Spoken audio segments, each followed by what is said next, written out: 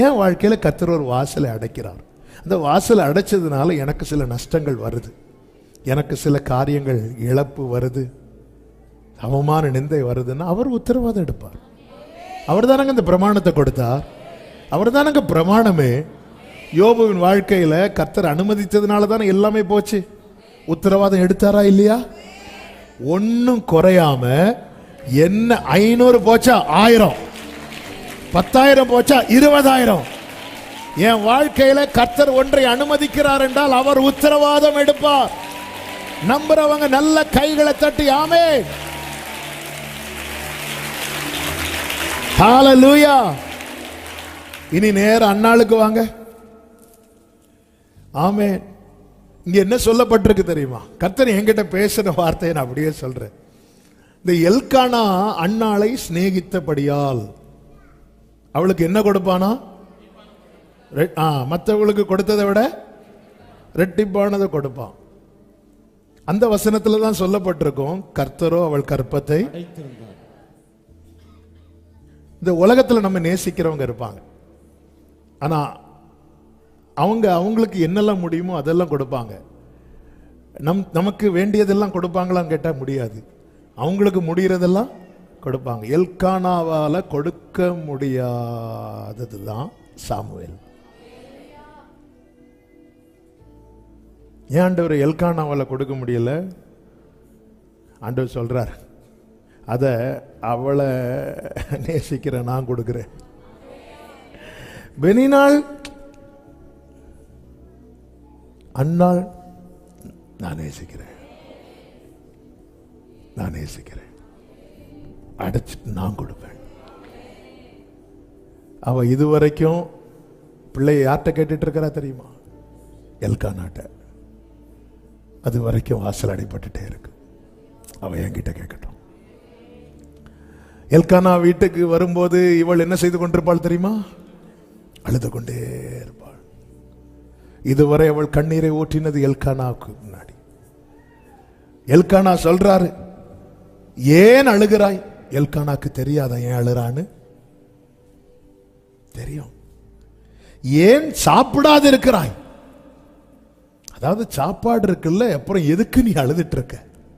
நமக்கு சோறு தானே முக்கியம் சொல்ற மாதிரி சொல்றாரு. அதான் சாப்பாடு இருக்குல்ல, நீ ஏன் சாப்பிடாம இருக்கிற? அப்படியே அழுதுட்டே பார்க்கிறா. யோ மனுஷா, இவ்வளவு நாளா உனக்கு தெரியலையா நான் சாப்பாடுக்கு அழுதுட்டு இருக்கிறேன்? இப்ப அடுத்து 10 குமாரரை பார்க்கலும் நான் உனக்கு இப்படியே சொல்லுங்க. சில நேரத்தில் நம்மை நோக்கி வருகிற ஆறுதலின் வார்த்தையெல்லாம் கேட்டு கேட்டு தளர்ந்தாச்சு இல்ல? கர்த்தர் இன்னும் உன்னை வைத்திருக்கிறார் அல்லவா? இப்படிதான் அன்னைக்கு கேட்டு பலப்பட்டேன். நான் சும்மா இருந்தாலும் இந்த சக்களத்தி அவன் வேற என்ன பார்த்து, சிலர் பார்த்துருக்கீங்களா, நம்மளை வெறுப்பேத்த அவங்க பிள்ளைகளை கொஞ்சிட்டு இருப்பாங்க. கர்த்தரோ அடைத்தார். அன்னாளே, உனக்கு வெளிப்பட போகிறது என்பது உனக்கு தெரியல. அன்னாளே, இந்த கண்ணீர்லாம் போதாது, நீ நேரா வா சமூகத்தில். வேதம் சொல்லுகிறது,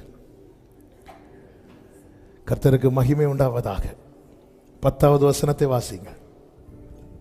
அவள் போய் மனம் கசந்து. 9 பாருங்க, சீலோவாவில் அவர்கள் புசித்து குடித்த பின் அன்னாள் எழுந்திருந்தாள்.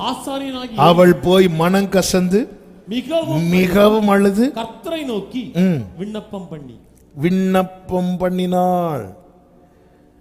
15வது வசனத்துல அன்னாள் சொல்றா, என் ஆண்டவனே, நான் மன கிளேசம் உள்ள ஸ்திரீ, நான் திராட்சரசமாகிலும் மதுவாகிலும் குடிக்க நான் மன கிளேசம் உள்ள ஸ்திரீ. 16வது வசனம், உம்முடைய அடியாளை பேலியாளின் மகளாக எண்ணாதேயும், மிகுதியான விசாரத்தினாலும் கிளேசத்தினாலும் இந்நேரம் மட்டும் விண்ணப்பம் பண்ணினேன் என்றார். ஏன் என் ஜெபம் இவ்வளவு நீளுது தெரியுமா? மிகுதியான விசாரம், கிளேசம், வருத்தம், வேதனை, இதுக்கெல்லாம் ரீசன் எங்க இருந்து ஆரம்பிச்சது அப்படின்னா, ரீசன் என்ன? ரீசன் ஒண்ணு இல்ல, எல்கானாவால முடியல, இது ஒண்ணுதான் ரீசனா? இல்ல பெனினாள் என்ன கிண்டல் பண்றா. அதுக்கு முன்னாடி எங்க ஆரம்பிச்சு? கர்த்தர் அடைத்தார். கர்த்தர் இப்ப அடைச்சதுனால என்ன நடக்குது தெரியுமா? பெனினாள் நிந்திக்கட்டும், அன்னாலும் எல்கானாவும் கஸ்டின் எழும்பட்டும், ஆனா இப்பொழுது இவள் வெகு நேரம் ஜெபிக்கிறவளாய் மாறுகிறாள். வெகு நேரம் ஜெபிக்கிறவளாய் மாறுகிறாள். நீங்க நல்ல கவனிச்சீங்கன்னா தெரியும். ஒரு செய்தியில் இந்த வார்த்தையை சொல்லி இருக்கிறேன், இருந்தாலும் சொல்றேன். உண்மையிலே அந்த சிச்சுவேஷன்ல அன்னாளுக்கு மட்டும் குழந்தை இல்லைன்னு இல்லை, கர்த்தருடைய சத்தத்தை கேட்டு சொல்ல ஆண்டவருக்கு அங்க குழந்தை இல்லாத ஒரு நிலைமையில தான் இருந்துச்சு. ரொம்ப நேரம் நம்மளை ஜெபிக்க வைக்கிறது எதுக்கு தெரியுமா?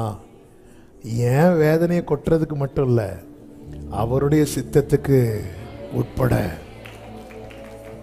இவ ஜோமண்ணி ஜோமண்ணி ஜோமண்ணி இப்ப எப்படி கேட்க ஆரம்பிச்சுட்டா தெரியுமா? உமக்கென்று வளர்க்க. நம்ம ஷார்ட் பிரேயர்ல இதெல்லாம் வாங்க முடியாது. இப்போ தேவ திட்டத்துக்கு அவளை கொண்டு வந்துட்டார். எங்க கொண்டு வந்துட்டார்? தேவ ஆண்டவரே உமக்கென்று வளர்க்க. இப்போ அழுறது ஃபுல்லா உமக்கென்று, கண்ணீர் விடுறது உமக்கென்று.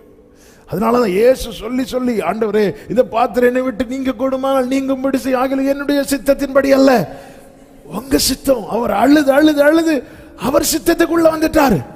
என்ன ரொம்ப நேரம் ஜெபம் பண்ண வைக்கிறதே அவருடைய சித்தத்துக்குள்ள கொண்டு வர. அண்டியும் அவருடைய தீர்மானத்தின்படி அழைக்கப்பட்டவர்களாய் தேவனிடத்தில் அன்பு கூறுகிறவர்களுக்கு சகலமும் நன்மைக்கு ஏதுவாய்.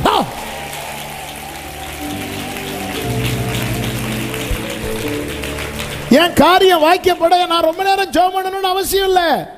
ஆனா நான் கேட்கிற காரியத்துக்குள்ள தேவனுடைய ஒரு பெரிய திட்டம் இருக்கிறதானால் நான் ஜெபம் பண்ணி தான் ஆகணும். ஹல்லேலூயா. எகிப்திலே யோசேப்பு உயர்த்தப்படுவதற்கு பானபாத்திரக்காரன் வெளியே போனதும் சொன்னாலே சான்ஸ் கிடைச்சிருக்கும். ஏன்னா ஒருவன் 2 பேர் இருந்தாங்க, ஒருத்தனை தூக்கில் போட்டாங்க. இந்த பானபாத்திரக்காரன் மட்டும் போய் ராஜா கிட்ட பேசினா ஃபேவர் கிடைச்சிருக்கும். ஆனா டிலே ஆகுது. யோசேப்புக்கு ஜாப் டிலே ஆகுது. யோசேப்பே உன் வயிறை நிரப்புறதுக்கு உன்னை உயர்த்துறதுக்கு இந்த டிலே பிரச்சனை இல்லை யோசேப்பே. ஆனா உன்னை நான் வைக்கிறதுனால தேசமே ஆசீர்வதிக்கப்பட போகிறது. தேவ திட்டம் பெருசு, தேவ திட்டம் பெருசு. நம்ம ஜாப் எதுக்குங்க தேடுறோம்?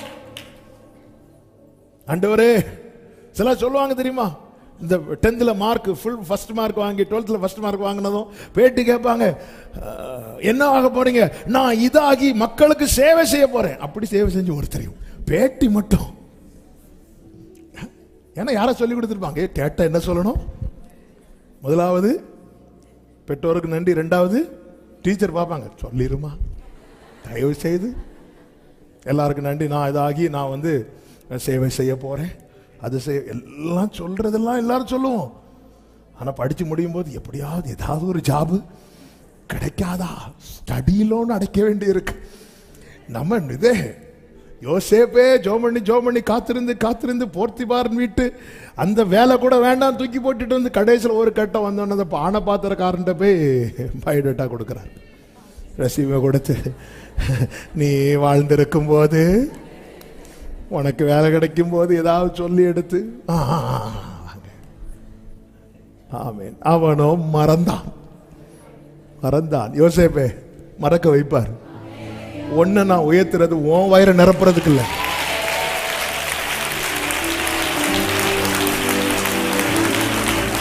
ஆமென் சொல்லுங்க பார்க்கலாம். கிரகிக்க முடியாத காரியத்தை, கிரகிக்க முடியாத காரியத்தை, கிரகிக்க முடியாத காரியத்தை கர்த்தர் வாழ்க்கையில செய்ய வைக்கவே. ஆமென் சொல்லுங்க பார்க்கலாம். இப்ப அன்னாள் ஜெபம் பண்ணி அன்னாளுக்கு கர்த்தர் சாமுவேலை கொடுக்கிறார். சாமுவேலை வாங்கிட்டு அன்னாள் ஒரு பாட்டு பாடுவார். அந்த பாட்டுல அன்னாள் சொல்ற வார்த்தை தான் அதான் அந்த நிறைவு. சொல்ற பாருங்க, 2வது அதிகாரம் 5வது வசனத்துல, திருப்தியா இருந்தவர்கள் அப்பத்துக்காக கூலி வேலை செய்கிறார்கள், பசியா இருந்தவர்களோ இனி பசியா இரார்கள், மலடியா இருந்தவள் 7 என்ன என்ன என்ன அவ பெற்றது நீங்க குடும்பத்துல பிரச்சனை உண்டாக்கிறப்ப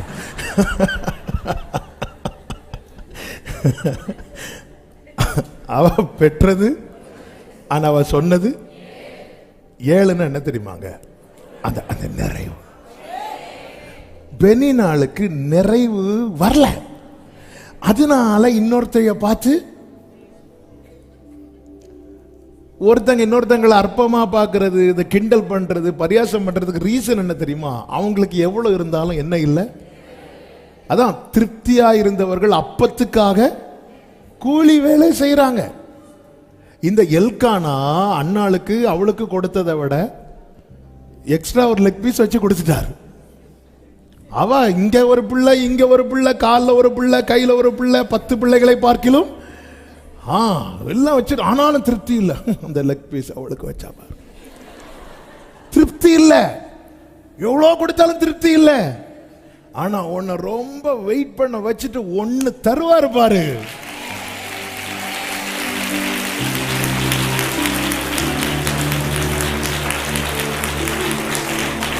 அவர் ஒன்ன தந்தாலும் பெஸ்டா தருவார்.